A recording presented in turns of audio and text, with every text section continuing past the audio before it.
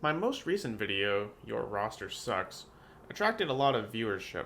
There's a lot of new people, and it seems there's a lot of beginners, which is what the guide is aimed for. And there's this comment chain that intrigued me. One viewer wrote, "Can you do a video explaining when to get new brothers and when not to get new ones? I always feel like I'm struggling to just keep my guys alive and paid for, and can't really afford to recruit any of the expensive, better stat possible guys. Next thing I know, it's day 90, and I'm struggling with orcs or undead." One man responded saying, "That's definitely an issue for me. Making the early game mediocre bros do their job works, but making that transition to actually good bros is hard for me." So this is that video. But this video is different than what I think the answer would sound like in your head. First, let's just define what a good bro is. Is it stats? Is it stars? Is it traits?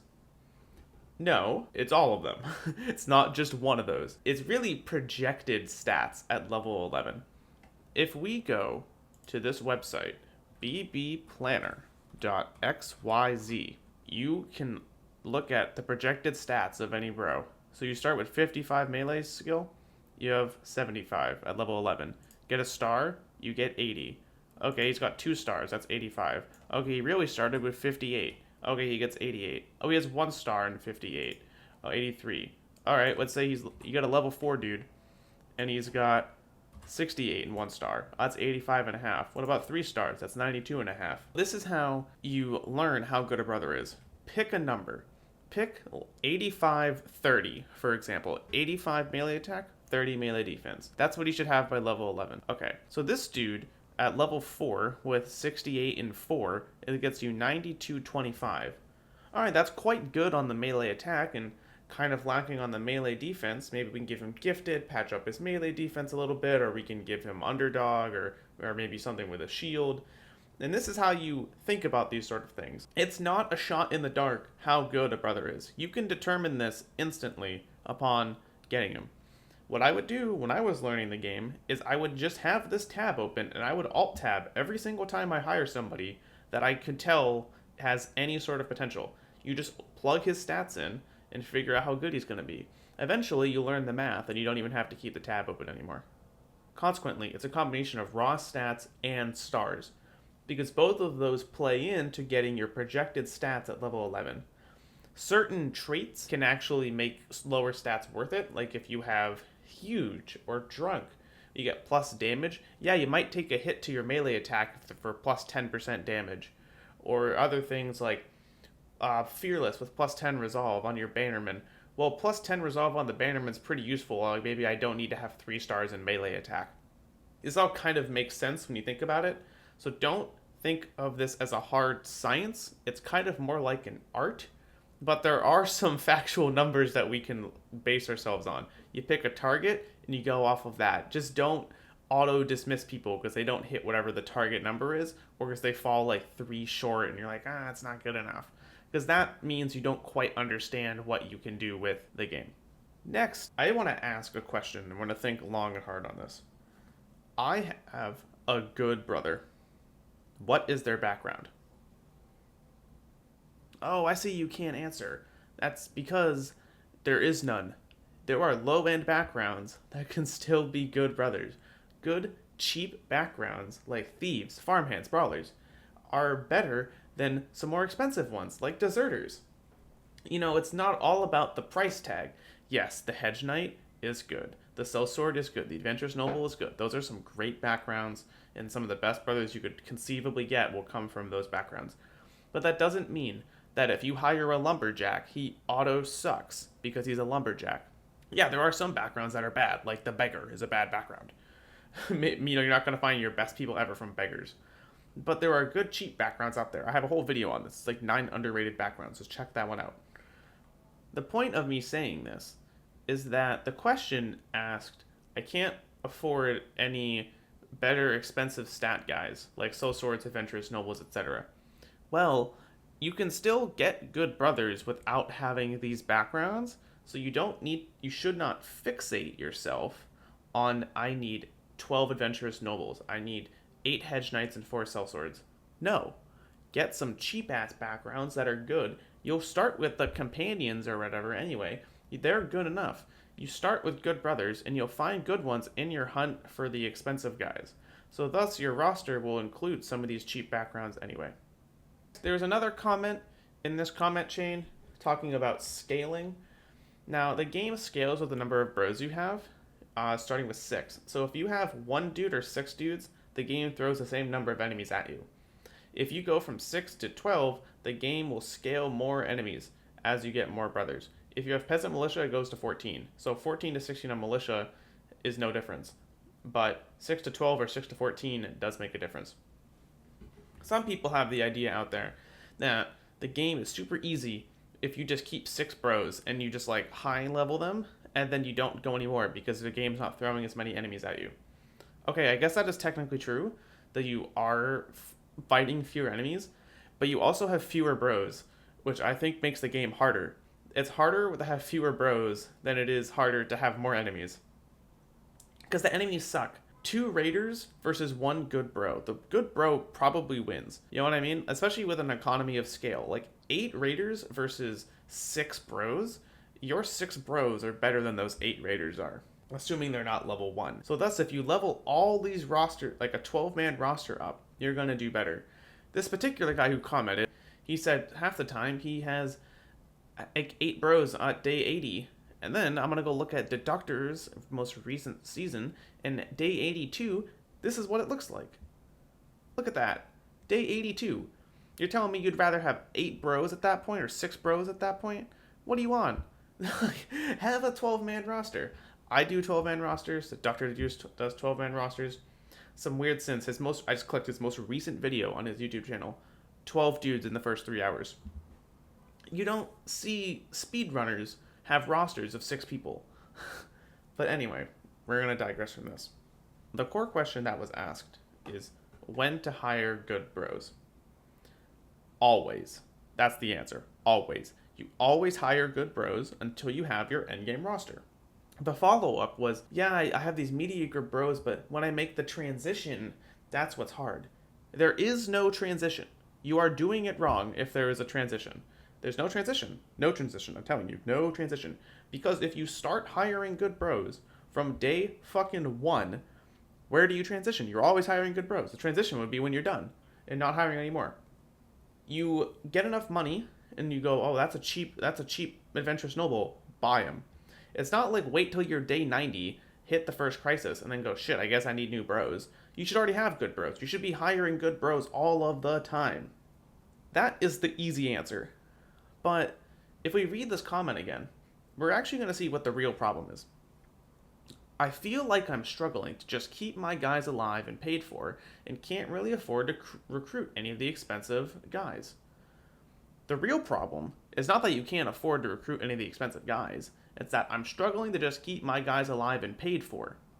There are 3 things that you can possibly spend your money on in this game. Gear, like weapons and armor, warm bodies, as in bros that you need right now to keep your company from falling apart in the next fight because you only have 2 dudes, and rolling on strong backgrounds for good bros. So I say strong backgrounds. That does include hedge knights and sellswords, but it also includes like thieves and brawlers. Strong backgrounds, not necessarily expensive backgrounds. Now, usually, you don't buy that much gear. You win the gear in fights. I have an excellent video out there that answers this and goes into detail. It's called On Accelerating Company Growth. Fight nobles and fight mercenaries. And then you'll get all this gear that's better than raider gear. Because once you beat raiders, you need to get more gear, and you could buy that, or you could win it from fights. Win that from fights. And if you aren't losing bros all of the time, in every fight, if you don't lose somebody, then you don't need to buy warm bodies. Because you'll have 12 warm bodies already. You'll hire 12 warm bodies. Say one of them is good. Then you have 11 warm bodies and a 1 really good guy. Then you keep hiring good guys, and then you just weed out the warm bodies until you have a whole roster of like 10 good guys, 2 warm bodies. You expend them in the first Sea of Tents fight that you fight, or the first chosen camp that you fight.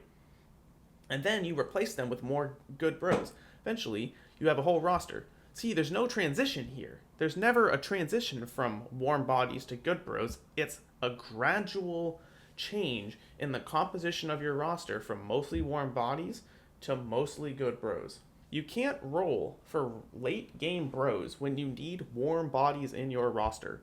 If every fight is a Pyrrhic victory. You do not have the time to, or the money to roll for later in the campaign. That's what we saw in the Your Roster Sucks video, is that the roster is backed into a corner because all the dudes suck. They keep losing people because the obituary had 50 people in it. So clearly the player could not afford the late game bros because they just needed warm bodies because they're losing people in every single fight. So the real answer to when do I hire good bros is get good at the game. So it's kind of like, that's usually a demeaning sentence, but I don't mean it that way.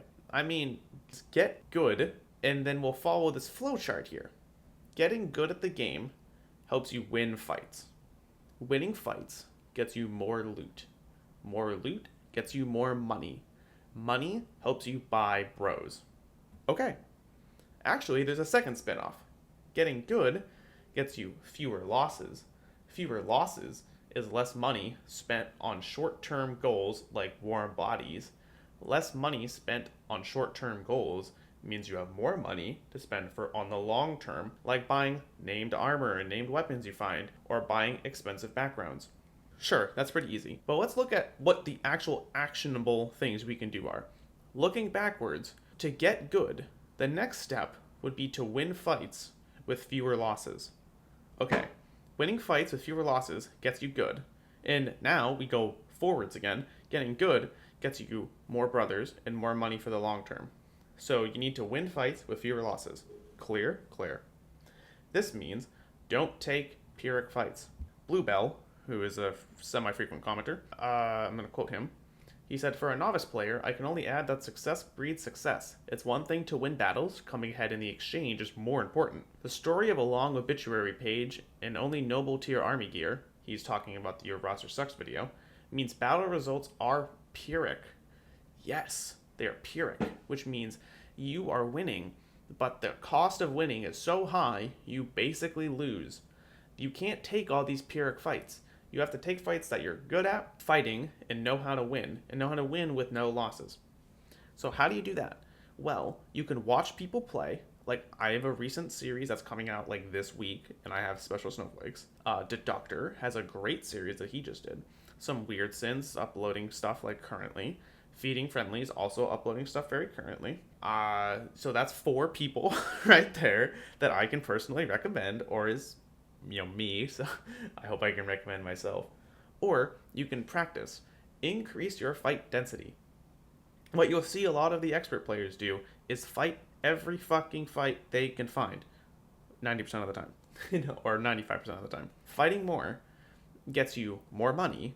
With the experience and the practice from this, you'll learn how to do it with fewer losses, and thus you get more money, more bros, long term, whatever we just said. Fight more. It's get good at the game. Like, really, this answer is I don't quite know how to fight late game, or I'm not quite there yet, and it's resulting in me not being able to find good bros, which is exactly what I said in the Your Roster Sucks video. Now I'm just kind of explaining that. So, in summary, just kind of learn the game. It's okay. Take your time, learn the game, get good at the game, and this problem of when do I hire good bros will fade away. Fortunately, for people that are new to my channel, I have all sorts of videos on how to actually get good at the game. We have Accelerating Company Growth, which I talked about. We have the 9 underrated backgrounds. If you're struggling with fights, we have how to plan battle formations. We have the Why Your Roster Probably Sucks, if you haven't seen that. I have hundreds of hours.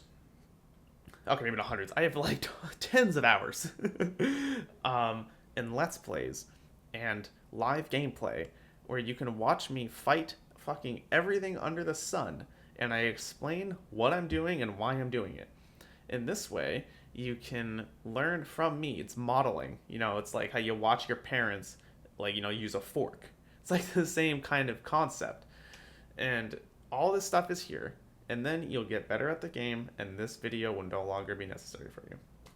I hope this is pretty clear. I'll answer all these comments below, but I think this is a pretty good done topic right now. All right? Awesome. I'll see you guys around.